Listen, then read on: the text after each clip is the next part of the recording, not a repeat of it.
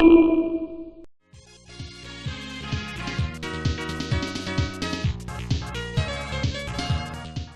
everybody, in this video we'll be going all the way back to the SNES, and we have a very nice game here. It's Space MegaForce in the US or Super Aleste here in Europe and I think Japan.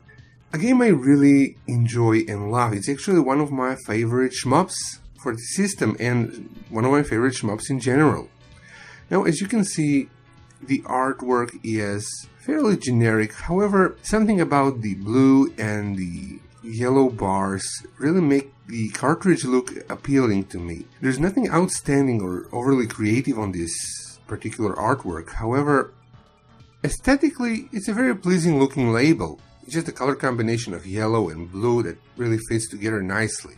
It's an honest label. It just shows you what you need to know about the game. Basically, you have a spaceship or jet or whatever, and it shoots things, and that's all there is to the game itself. And well, let's take a look at the game now and see what I have to say about it.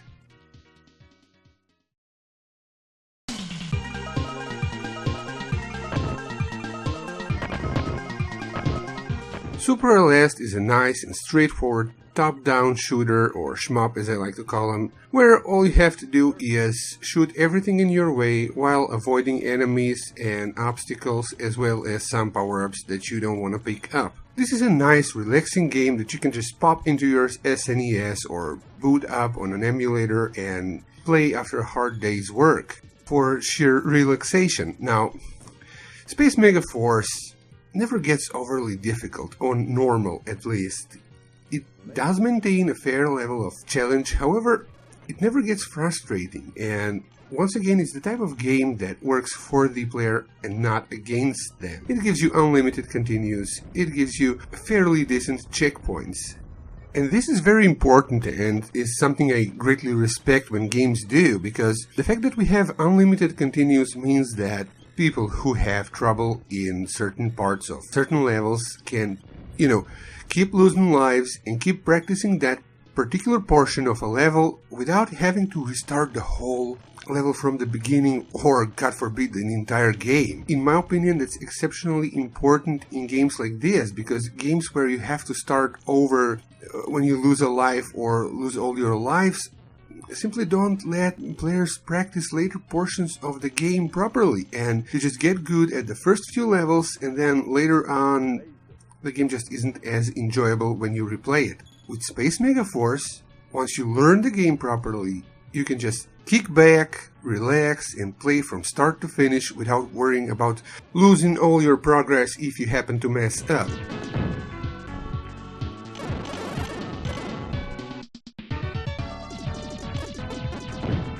On your way to the end of each level, you're going to face a whole bunch of different enemies with different move and attack patterns, as well as environmental obstacles. Now, visually, it's a good looking game. It has nice, clean graphics where it's very easy to see the different bullets coming your way. So avoiding said bullets is not a problem. What is an issue, though, are the environmental obstacles I mentioned. Now, some of them can kill you, some of them you cannot simply pass through. What we have a problem here is that due to the way the graphics of the game are, now it's a good looking game as I said, however, you're never sure whether or not something you see is just background that you can pass through, if it's, a wall that won't damage you but it will halt your progress, or if it can kill you. Now, in later levels, there are these sort of kind of like spiked wires or something, and I thought that they would, damage my ship or kill me. However, they just happen to be regular background you fly over. Other than that, Space MegaForce or Super Aleste is an absolutely fantastic shmup.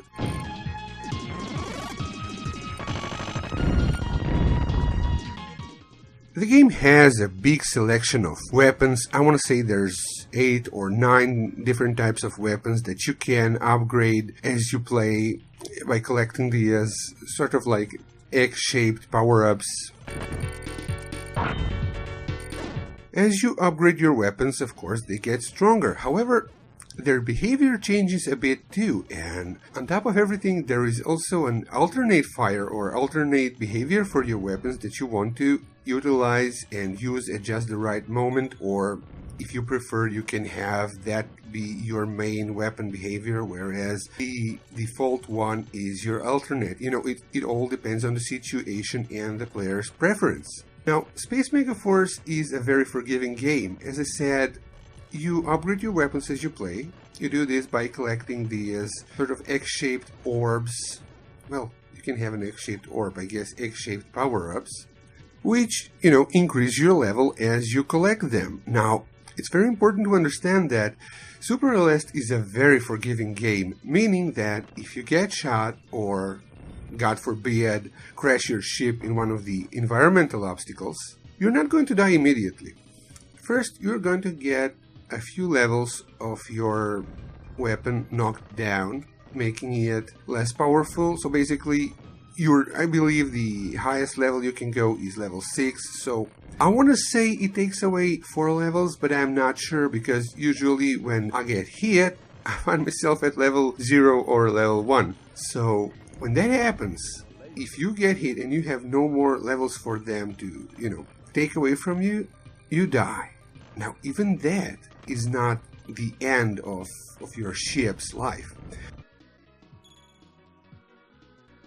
You see, what this game does is it gives you extra lives on top of your extra lives. So, if you look at the lower right corner of the screen, you'll notice that some of my lives are golden, while the others are silver, the color of the ship. The golden lives are basically, it means that if your ship gets destroyed, it respawns where it got destroyed.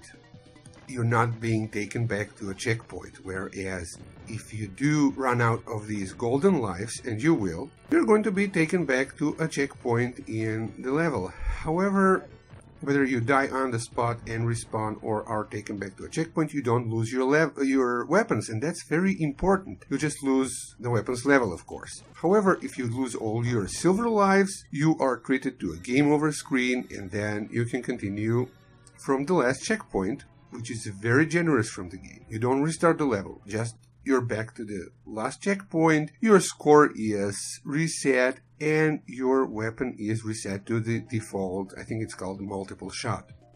But you'll get a new weapon in no time, so that's not a problem at all. And this is something I greatly respect about the game, because as I said, it lets you train and practice portions of levels that you might have trouble with.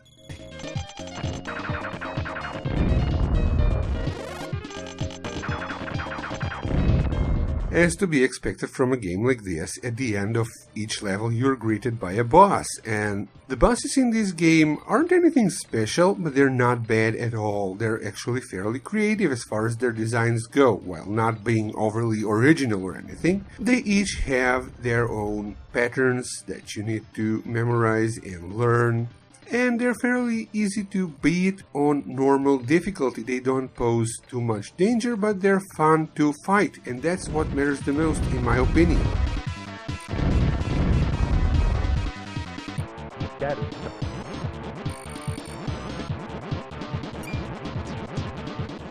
For those who want to ramp up the challenge and try their skills at higher difficulties, they can do that. In fact, Space MegaForce doesn't have easy difficulty. What it does have is 4 different types of difficulties. You'd think that the difficulties to the left of normal in the options menu are easy, but no, they are actually a tricky difficulty and wild. From what I can tell, wild is just a more difficult, faster version of tricky. What tricky does is when you kill an enemy or some of the obstacles that you can destroy, they explode in bullets that, of course, are fired your way and try to destroy you, which you can dodge or destroy with a weapon that can destroy bullets. Now, this adds another level of challenge to the game and is, in my opinion, fairly entertaining. To the right of the normal difficulty, we have hard and hyper. Now, hard is, of course, hard difficulty, and hyper is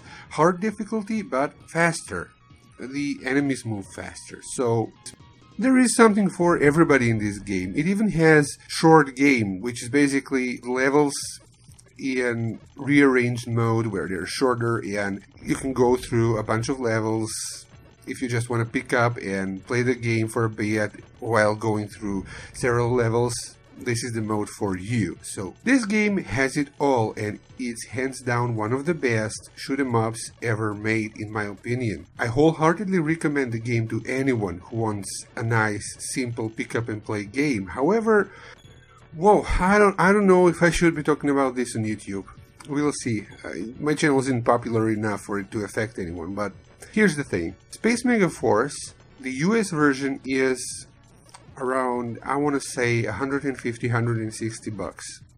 You don't want to spend that much on this game. However, the Japanese version goes for around $40–50, and if you have a US SNES, you want the Japanese version. If you have a PAL SNES that you cannot play 60Hz games, then you are going to have to get the European version, which fortunately is very cheap and very affordable, is the one I have. I believe the European version goes for about $20–30 or euros. Of course, I didn't pay that much for mine. I bought it for about $5 or $6 from a friend, but I believe that $30 for this game is about right. It's a good game. It will last you a long time because it's the type of game you can play and replay indefinitely. So $30 is a good price for this game. However, I would never pay over $100 for this. I mean, I have paid big money for some retro games and I love this one. However, I don't see myself ever, spending that much on this particular game. Welcome to the underworld.